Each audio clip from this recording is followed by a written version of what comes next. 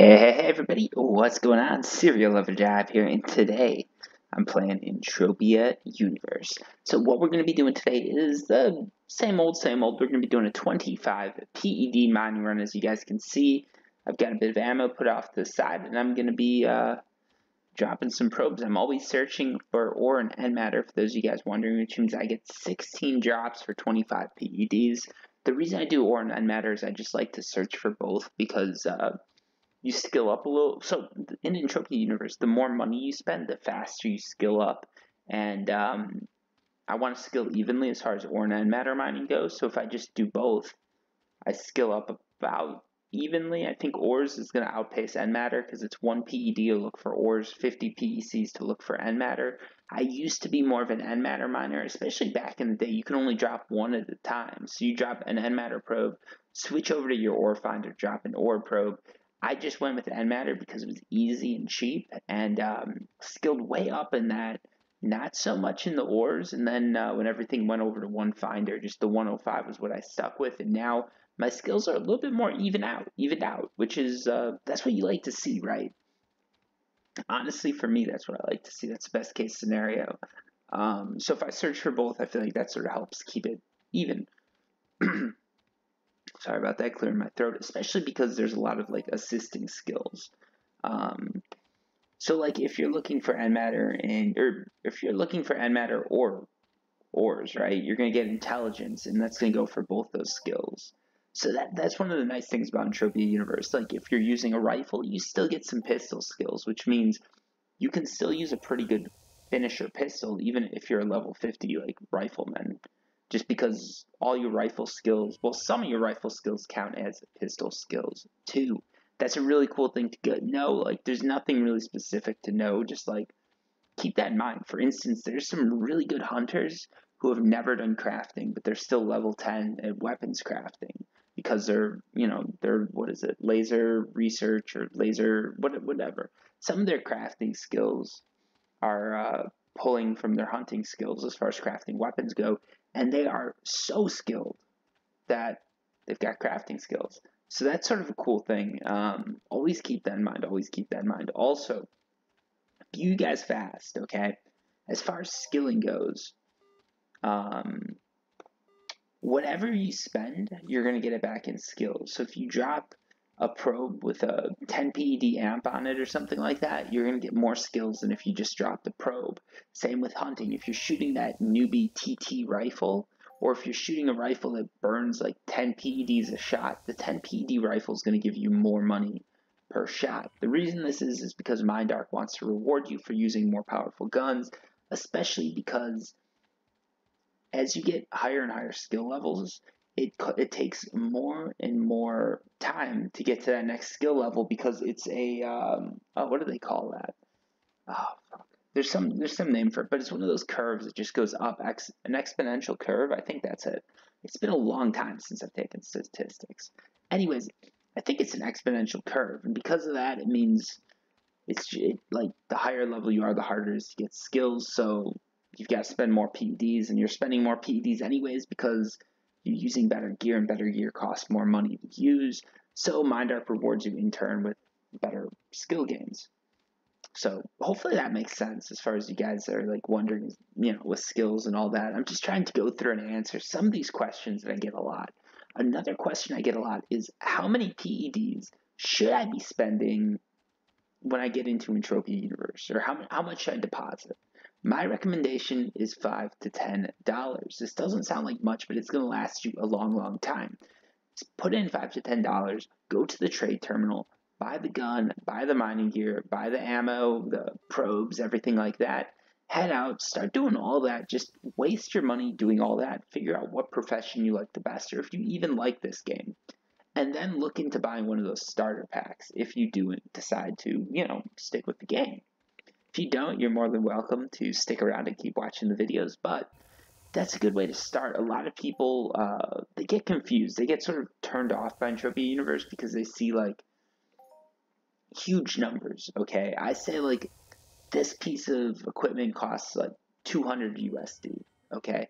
It seems like a lot, and it really is. One of the things is I know I can always sell that equipment, get my money back, And the other thing is, the more you play, the more you sort of have sitting around to spend. It doesn't make sense now, but as you get like more and more advanced, you're going to find more and more money just sort of laying in storage that you can use. Or at least that's been my experience. And part of the thing is I don't play as much as a lot of players, so that's definitely something that sort of lends itself to my play style. Like I haven't logged in 2 weeks, right? So I log in, I get 100 PEDs in just deed valuation or deed payouts. And then, I might spend 50 PEDs tonight, and then I'm not going to log in for another week until I want to record more videos. And that's just sort of how I play. And because of that, it's very easy for me to save up money. If it's not that easy for you, maybe you won't find PEDs laying around, but you'll probably start looting better and better stuff, and you'll make it work. Trust me, trust me. Plus, you don't really need expensive gear anymore. It used to be the case, but nowadays, even if you're like a super uber duper, like uber player, wow, that's a bit of a tongue twister.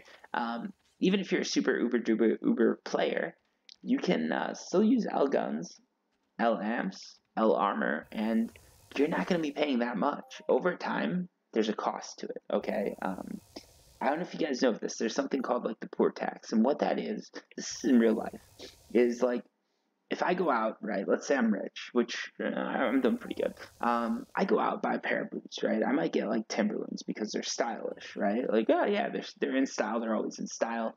Like it's a good pair of boots, and it actually is a good pair of boots. These things are not going to deteriorate. They're not going to decay. Like I've got a pair actually that's lasted maybe 3 years at this point, right? That's pretty good. I paid $150 for that pair, right? Now, someone who doesn't have as much money, they might get something that's like more limited. You see where I'm going with this? They get something that doesn't last as long. So they have to keep rebuying and keep paying for those boots over and over and over again. And maybe in the first year, I spend more money. But in the second year, maybe we break even. And in the second year, the person's got to buy their boots again because their boots broke. And in the second year, I don't have to. Third year, that person's buying their boots again, and I don't have to. So over time, because I've got these amazing boots, I'm able to save money. The same thing happens in Entropia Universe, right? If you've got an amp, like I've got an A203, let's check that out right here. You'll see this is always attached to my guns. Look at this thing, A203, right? Nice looking amp, really good eco. Look at that, 84.4% efficiency. That's amazing. And an 800 PED markup, which means you're paying about $100 for that amp. Seems crazy, right? But the thing is, anytime I want to go hunting, I just throw some PEDs on the amp and off I go. If you want to go hunting and you want to use the same amp, let's say you keep buying out, over time you're going to be paying 25% markup, which means after maybe like 30 hunting runs, I'm saving more money than you. Plus, let's say I decide to leave the game, I sell the amp, get that money back, and I'm good to go. I'm not saying you guys just drop your money right away and spend $100 to play the game, but when you get to that mid-level, sort of higher level range, it's worth considering, worth weighing out whether you're going to want this armor for good. It's one of the reasons that my armor is always unlimited. It's an easy way to have a set, and it never goes bad on you. So, I don't know. It's something to consider, especially because in real life, this is the same thing. So, like, if in real life, let's say you're not doing so good, think about saving up and trying to make like that purchase, get those boots because they're going to last you longer. This doesn't apply to anything fashion, right? Like if I go out and buy, I don't know, what if I bought this stupid recently? Like, all right, so I bought like Gucci shoes, right? Nice shoes, nice brand, looks good, but those things break like motherfuckers, right? If I'm wearing running shoes, those things will last me hundreds and hundreds of miles. These designer shoes, they last maybe 20, 25, 100, 200 miles. Not too much, all things considered, especially if you like walking. So that's something where it doesn't actually pay to buy more. You're just buying something nicer because you want it. So do keep that in mind, folks. Do keep that in mind. If you're going to take my advice in real life or in Entropia, some of it you're just paying the markup to look cool, and some of it you're actually paying extra because you're getting you're getting your money's worth, or you're getting more than your money's worth. So always keep that in mind. And I think that goes to answer, I don't even know what question I was answering originally, but I think I answered it. I'm trying to just run through some newbie questions and sort of, you know, get it all out there. Also, for those of you guys wondering, I'm mining over here in, where is this? This is right by the Akamulu Island or something like that. So far the loot's been pretty shit, so I wouldn't recommend it unless I hit some massive HOF here. But yeah, I really wouldn't recommend it. Yeah, let's just keep going. As far as the videos go, I know I keep coming back and saying like I'm gonna make more videos, but it'll happen eventually. It's just don't expect anything too soon, guys. I'm gonna keep trying to put videos out like Friday, Sunday, and maybe one during the week, but I don't have all the time in the world, so that it is what it is. And probably end of September, October, you're gonna see me sort of pump up productions a little bit, start going a little bit harder on the videos, start making a bit more, and you know, hopefully you guys like it and respond in turn. I definitely want to do some team hunts and everything like that. It's just, again, my schedule's so packed right now. I never know when I'm going to be home. I never know when I'm going to be out. I never know when I'm going to have to do something for work. So, like, I just can't plan anything, and I don't want to let people down. So we're not going to be doing that for a while. If you catch me online, like right now, if you hit me up and say, hey, do you want to do a team hunt? I'm always going to say yes if I've got time. So feel free to do that. My name in-game is Daniel Outman Jackson. I've spelled it all over the place, so just go find it and you can add me as a friend, and when you see me online, we'll go hunt. We'll do something cool. Feel free to add me on Steam or anything like that too. I've got a ton of games, so I'm always up to play. I'm not always up to play, but if you catch me at the right time, I'm always up to play with other people. I'm not antisocial, despite what some people think. I say that, but I don't think anyone actually thinks I'm antisocial, so sort of cool right here with this background, right? Oop, what did I do wrong? Oh, there we go. Alright.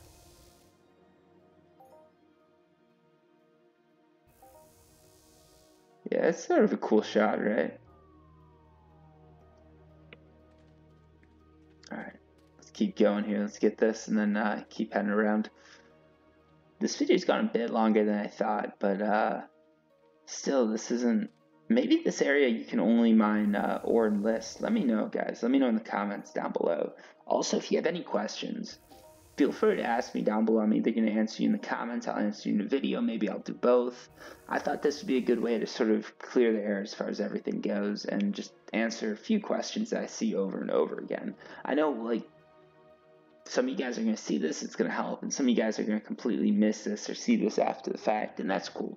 If you ask me questions someone else has asked, don't worry about it. I'm replying. Like, I enjoy helping people.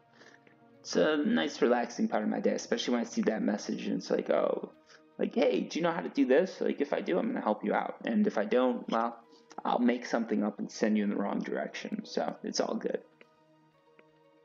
That's probably why I get so many hate messages. No, I actually don't. Every now and then one of you guys will step out of the line. But it's okay. Yeah, I think this area is just list and oil. I know some of the islands are. My favorite place to get just list and oil is, where is it? Like right in here, I think. One of these, Medusa, I think it was. But I guess you can do it here too. I don't think it's as easy to get, so I wouldn't recommend coming all the way out here just to mine or list and oil. I think there's better places to do it. This area is extremely helpful if you're new and you're looking to get some skills. You get those list and oil quest lines, come out to an area like this and just mine list and oil all day, every day, until you get those skill points and you can just sort of bump yourself up a few levels. And then the bonus here is you can go out with a better miner and try and find some of the more advanced ores. That's going to help you out a ton. I don't know what the average claim depth is here, so this might not be the best area for newbies, but like, it's really hard to know until you go to an area, right? Like the miner I'm using shoots a little bit below what a lot of the newbie miners do, so if you guys are in the right area at the right time, you might be able to find claims that I'm not finding.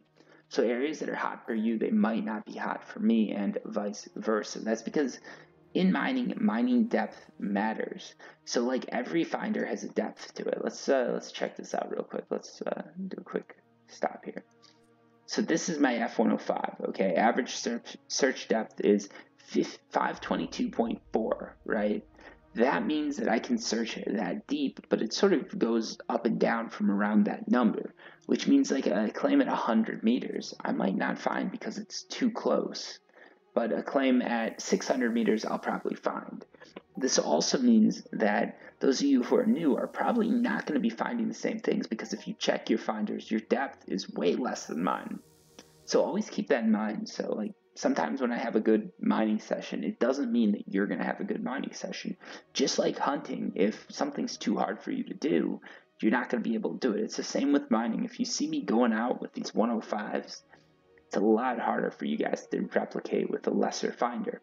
The big thing with depth is generally the deeper you go, the better markup you can get. So a place like this where it's just ore and list, it's probably not the best place to use a 105 if we're being honest. A good place to use a 105 or a higher level finder is when you're dealing with an area that has better ores and end matter, because the better ores and end matter are usually located deeper in the ground, or at least that's the way it's been historically. I haven't played hardcore in a long time, but I'm pretty sure this still holds true. Let me know down below if this doesn't, but I'm just trying to throw a bunch of tips out there, a bunch of answers, and sort of combine it all into one little just quick tips sort of video. If you guys have any other tips, anything like that you want to know the answers to, as I said, just let me know. Anyways, let's end this. We spent 25 PEDs mining, and what did we get in return? Ooh, actually this might not be as bad as I thought. We got 23 PEDs back. We took a 2 PED loss, and if you check here, I have about 1 PED. I think exactly 1 PED. Yes, exactly 1 PED in universal ammo, which means I took a 1 PED loss, but I got some skills, and there's going to be a little bit of markup on this oil and list, especially if I hold it. So what is this markup at? 0.6. So I'm going to make 0.9. So I'll probably lose about 50 PECs overall. That's not too bad. This was a pretty good run.